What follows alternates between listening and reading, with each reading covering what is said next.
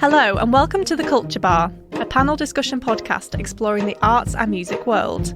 In this podcast, we wanted to shed light on some of our brilliant foundation partners and the amazing things that they do to champion diversity and inclusion within the arts. I'm delighted to say that for this podcast, I'm joined by Stuart Whatmore, head of Tri-Borough Music Hub. Welcome to The Culture Bar, Stuart, and thank you so much for joining us today. Thanks, Lauren. It's really lovely to be here and to talk to you today. It'd be great to start by talking about, for people that don't know, what Tri-Borough Music Hub is and what your role entails with them, to start with. Yeah, of course. So Tri-Borough Music Hub, we are the lead organisation that looks after music education in 3 local authorities in West London. So that's Hammersmith and Fulham, Kensington and Chelsea and Westminster. We're a local authority service. We represent children's services across the 3 local authorities. And in a nutshell, we do a very large programme of music education work in and out of school, and that comes in a variety of shapes and sizes.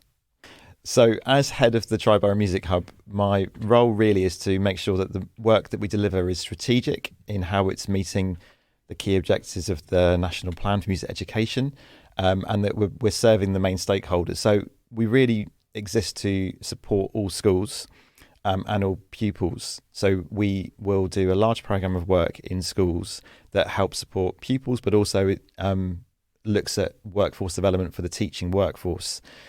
Then outside of school, there are a range of opportunities as well in terms of ensembles, choirs, Saturday music schools, lots of performances. But partnership working is a real key aspect of music hubs, and it's one of the absolute key core beliefs of the Tri-Borough Music Hub. We are very proud to work with some fantastic partners, of which HP is one of them, and we absolutely love working with. But the role that I have really is to make sure that the work that we deliver is hitting all the key things that we need to do to make sure that children are having access to the best possible music education that they can, whether that's in school or out of school. And it does cover an absolute massive cross-section of all genres, different styles of music making, all ages. So we're funded by the Department for Education via Arts Council for 5 to 18. We've also historically received additional funding from people like Youth Music for early years work from birth to 5, but also with a local authority SEND perspective, there's also a role of supporting SEND pupils up to age 25 as well. It's a real broad church of anything which incorporates music education. Which is why we are so glad to have you guys as a partner, because everything you've just said completely aligns with the foundation's objectives, to champion inclusion and all those things. So literally everything you've explained is in principle exactly why we wanted to be to have you guys as a partner, and still do. It's really exciting because I think looking at all issues around all protected characteristics and representation, equity, diversity and inclusion, it's so important, and it does cover everything. Now, to try and do everything is very hard, and no one can do everything perfectly. We're always learning, it's always an evolution, and that, whether that's listening to our Youth Voice Council, which is really well established, and we've got a group of fantastic young people that tell us their views about anything really to do with their experience of being a young person and any way they engage with music, but through to music tutors that we employ who are registered blind or are neurodivergent, and a big programme of work that we have called Musical Senses, which focuses on supporting music learning for young people who are either deaf or hard of hearing or vision impaired or blind. And it really does it's always evolving and learning. But that whole thing about inclusion is such a massive word, and it covers that huge rainbow and spectrum of everything. And it's exciting. It's also really challenging, and I think that's one of the exciting things about it, is that there's always more to learn. It'd be great to chat about what the partnership really means for us, because, it's all well and good saying that you're one of our partners for foundation partners, but what does that actually mean? Yeah, it's a really good question. And I think with all the partnership working that we do, it's always about trying to find a 50-50 reciprocal relationship. And again, that's easier said than done. What's really good is working with people such as HP and yourselves, which is about an open conversation and seeing actually where can we meet in the middle, where are the things that benefit both organisations. In this instance, HP come with a really open mind about what can you do, as in what can HP do to help us support music education for children and young people. So we've done a range of things over the last 4 or 5 years together, including the Artists for Inclusivity programme, which is bringing in some of your amazing performing artists to run workshops or conduct or come and speak, run masterclasses. And that's happened in our after-school weekday ensembles, our Saturday music school, and also some in-school activity as well. Then the symposium, which we did for the first time last year in November, which was just amazing. And it was such a breath of fresh air to look at an event which wasn't your standard conference format. Everything was short and sharp. The maximum anyone spoke for was 15 minutes. And we really planned about that, didn't we, in the discussion about how to make this really focused and not become unfocused in terms of session content. And it's great that we're looking at doing the next one in the coming autumn term as well. So I think it's really there as about a supportive, going back to your question about HP and Tri-Borough Music Hub, advocacy. You guys do an awful lot of work, and I know that it goes from the top of the organisation, from Jasper down, about actually what are the things that HP can do using its weight and clout as such a big force and voice in the music industry to support grassroots. And that's really exciting, because I think one of the key gaps that's been in music hubs or music education for a long time has been the active link with the music industry. And HP has really understood that and is trying to find a way to bridge that gap. There's still a long way to go, and I think across the whole country there's masses of work that needs to be done about working with the music industry and linking it with grassroots music education. Definitely, because we're both in the same industry, but then also it just feels like we're also quite separate. It's weird. It's weird like that. Yeah, and I remember when we had lots of our planning meetings, we were talking about how do you describe the music industry? How do you define it? And it's almost impossible. It's so all encompassing and it's wide ranging, and it's really difficult to actually nail it down. And like you say, we've got the symposium in the autumn, which is very exciting. It's going to be in Bristol. So yeah, more information about that to come in the future. But yeah, considering how great the last one was, we had, it was such an amazing day with so many amazing people from all different sorts of companies and parts of the industry. It was just an amazing day of everyone coming together, sharing ideas. I don't know, it felt such an empowering day. The next one I'm sure will be equally as great. Yeah, I agree. I think it's an important point to make about partnership working, that it does take time. It's really time consuming, because you've got to have meaningful conversations that allow lots of running time and planning. So all these things that we do have all come off the back of meetings, planning, trying to work things out. What's the point? So, audience, outcome, purpose. And that's probably really worth stating, that partnership work doesn't just happen overnight. It's about building up a relationship. So we've talked about the symposium. That's, a big highlight for us as partnership. But what key highlights are on the horizon for Tri-Borough Music Hub specifically? Like what's coming up for you guys? We've got a very exciting event happening in a few weeks' time. So on the 27th of June 2023, we're presenting an event called Music Makes Me in the Royal Albert Hall. It's very exciting. We've been working on this for over 2.5 years. The whole event really is, we're telling the day in the life of a neurodivergent 16-year-old girl. We've written the show. It's all original music, which we commissioned from 2 fantastic SEND specialist teachers who are also singer-songwriters and composers in their own right. So working with Emily Stratford and Gabriel Kirchnevek, we've got 21 original pieces of music, 17 original songs, co-designed with young people. And the whole focus really is about neurodiversity. So autism, putting young people front and centre, again, issues of representation, taking challenges. Of the almost 1,200 performers, I think about 10% of them are classified as with some kind of SEND. We have a high number of neurodivergent performers within that, and the whole thing is culminating in, we've got a 107-piece orchestra made up of young people from our out-of-school ensembles. We have a Music Hub chorus made up of our out-of-school choirs, plus some singers from E&O, supported with some musicians from the Royal Albert Hall and the Royal College of Music. And then we've got 40 schools representing our mass school choir, and they're learning these 17 songs. That also has Macca's on signing. It's a relaxed performance. So we've got BSL interpreters.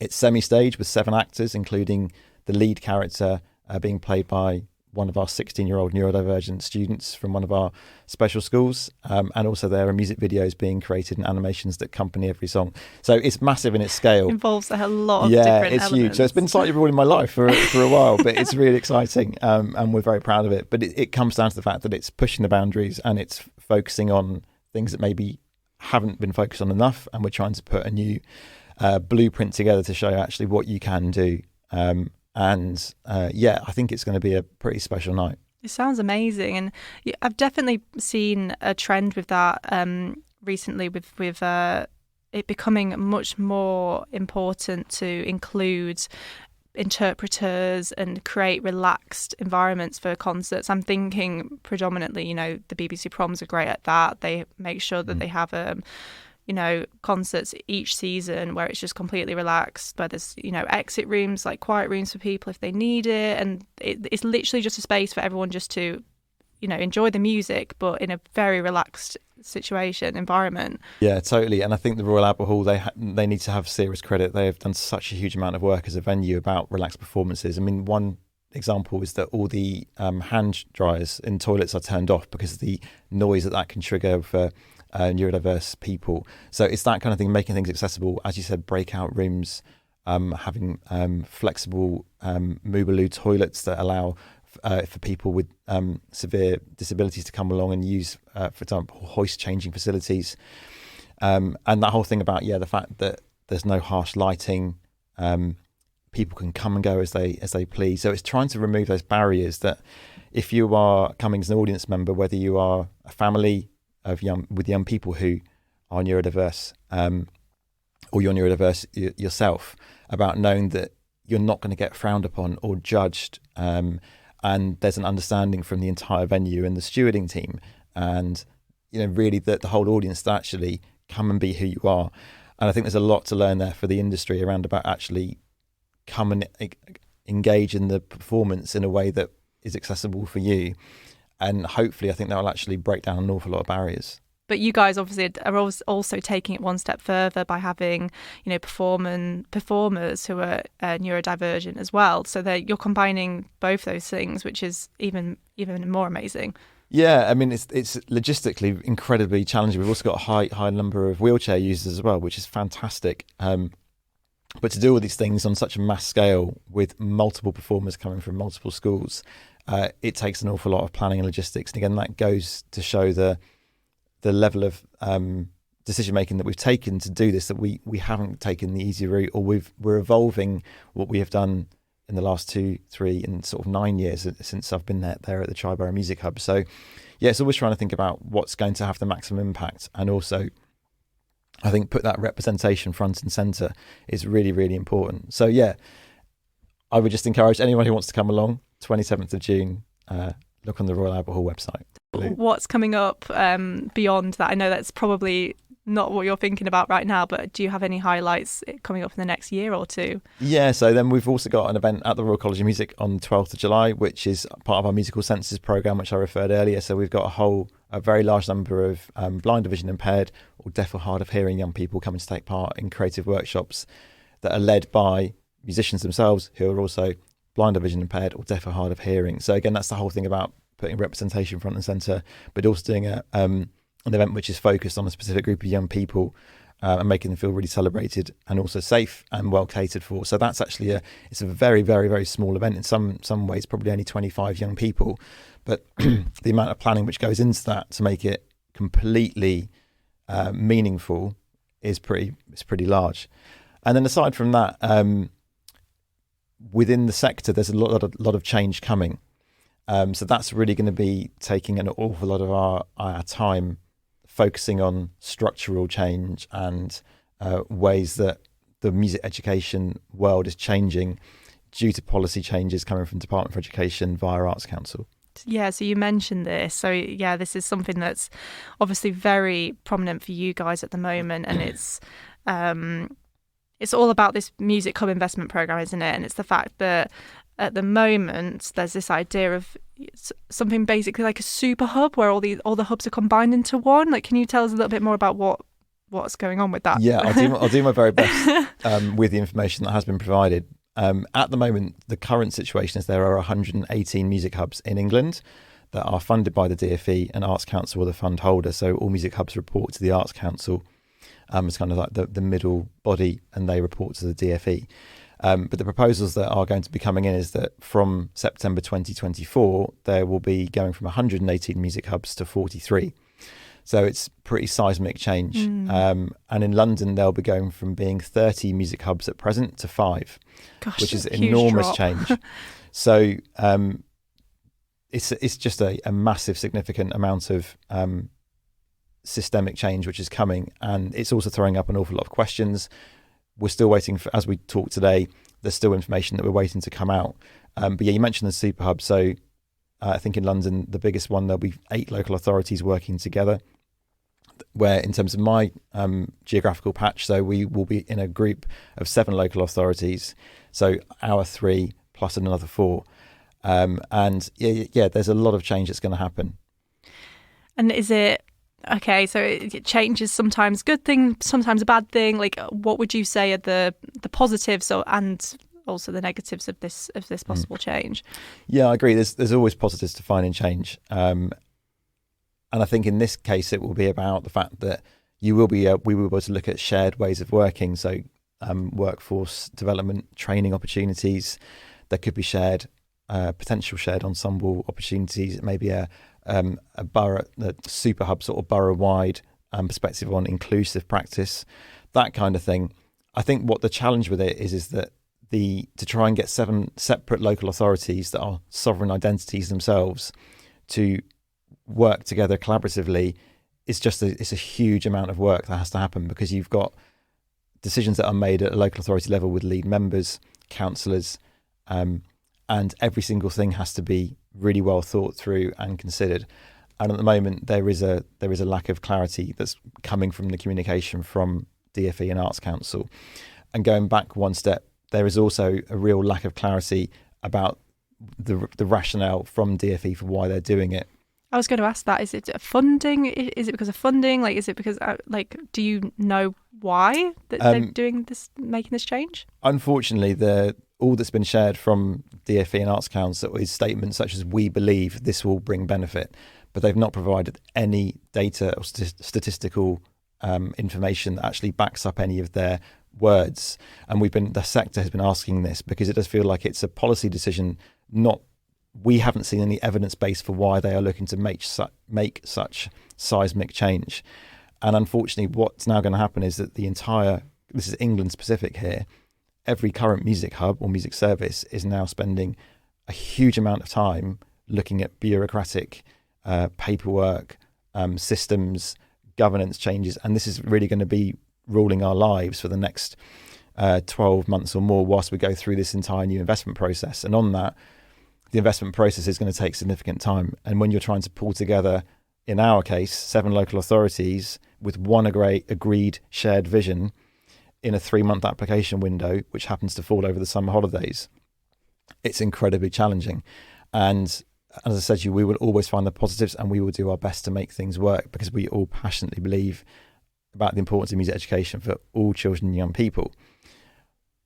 But it feels like we are going to be doing massive amounts of paperwork, and at the moment there hasn't been given, in my opinion, a clear enough rationale about why these proposals are coming into place. And I guess it also throws up potential questions about partnerships as well. We will always champion Tri-Borough Music Hub. We will always have that relationship with you guys, and that will remain no matter what happens with these new changes.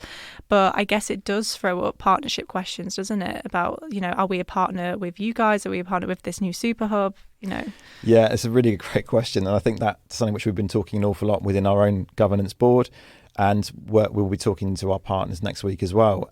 There is possibly an assumption that the current partnerships will just all morph and go over the new super geographical area, which is not a given, and that shouldn't be assumed, because each of those local partnerships, as I said, they have their own capacity and team sizes to consider, and it's not just a case of saying, well, you're going to go from working in one local authority to 7 or from 3 to 7.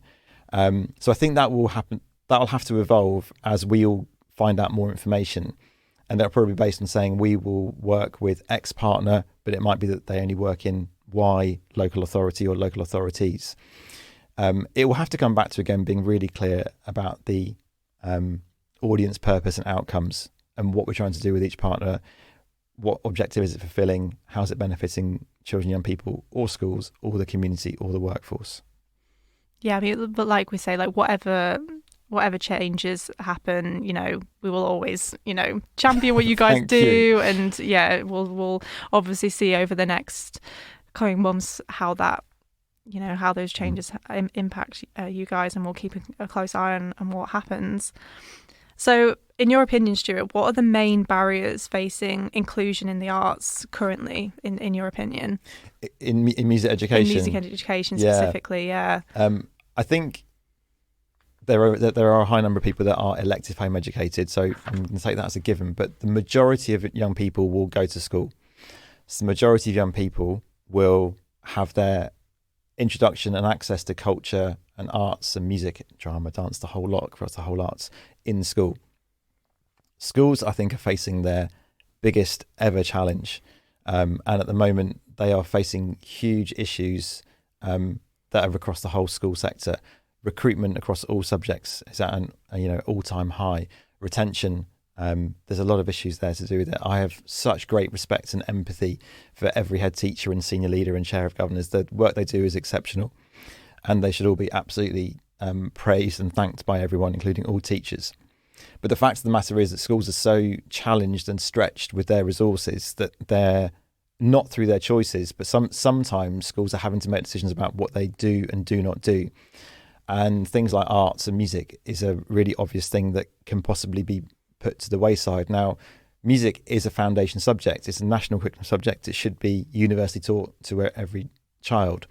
But depending on the structure in each school and how that is timetabled or structured, the offer is very, very different.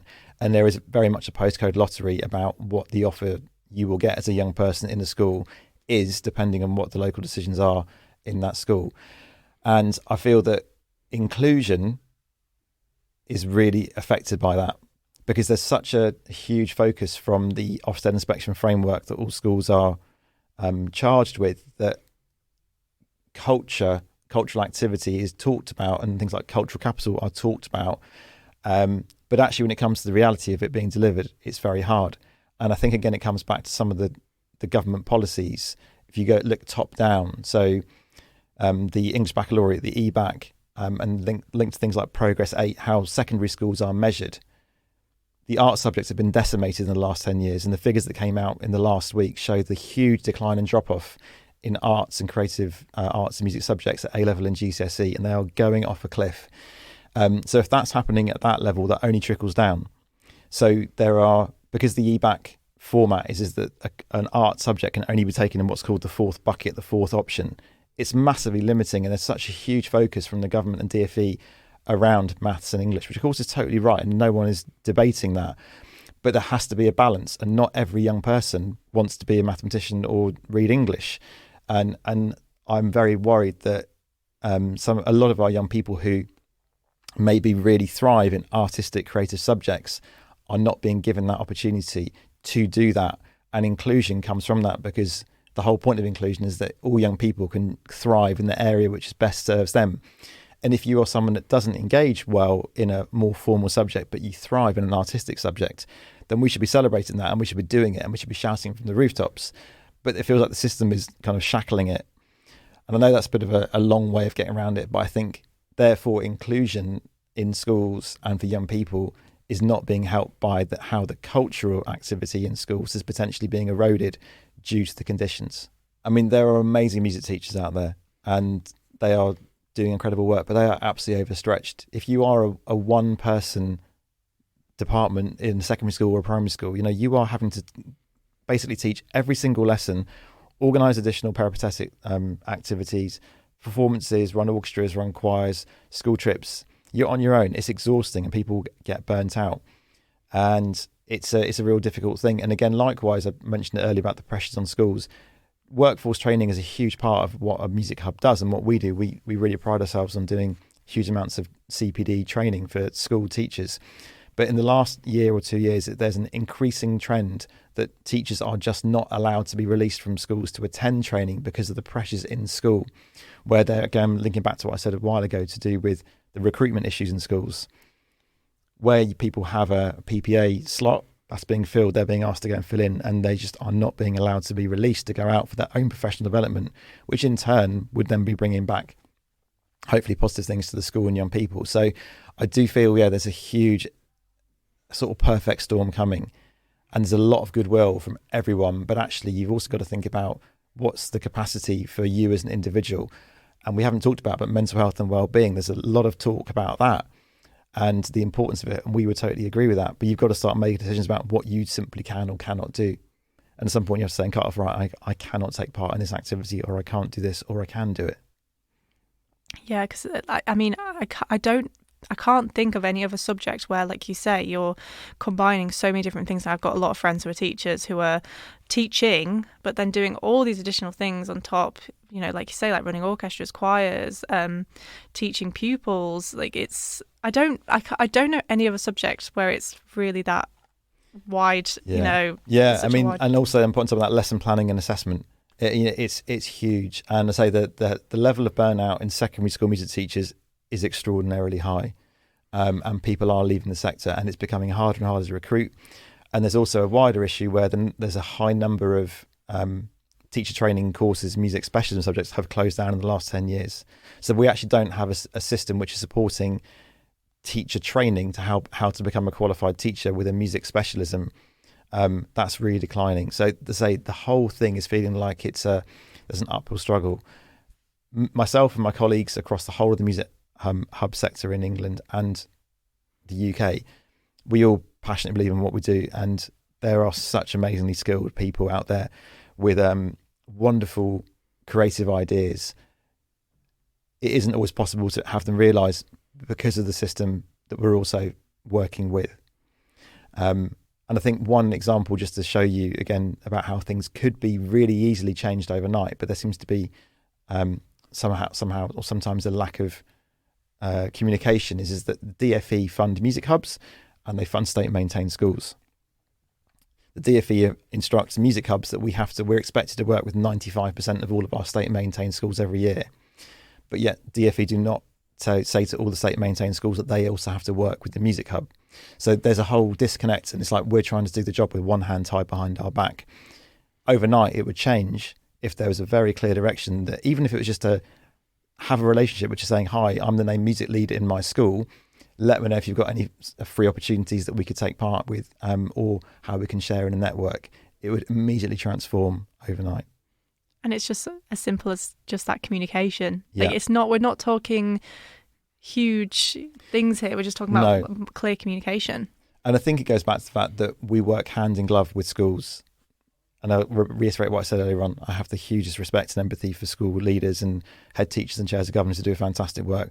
All we are here to do is helpfully help enhance and amplify their own work, and how they're curating their own music curriculum.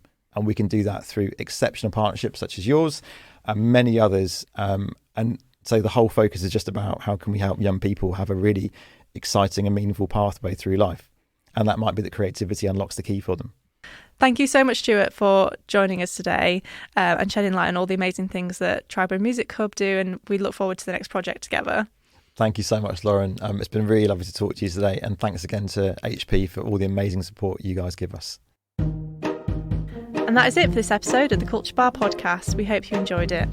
I'd like to thank Stuart for joining us for this particular podcast. You can visit HarrisonParrott.com and TriBoroughMusicHub.org for more information. Do also take a look at the rest of the Culture Bar podcast for more on important topics in the arts and music world. See you soon.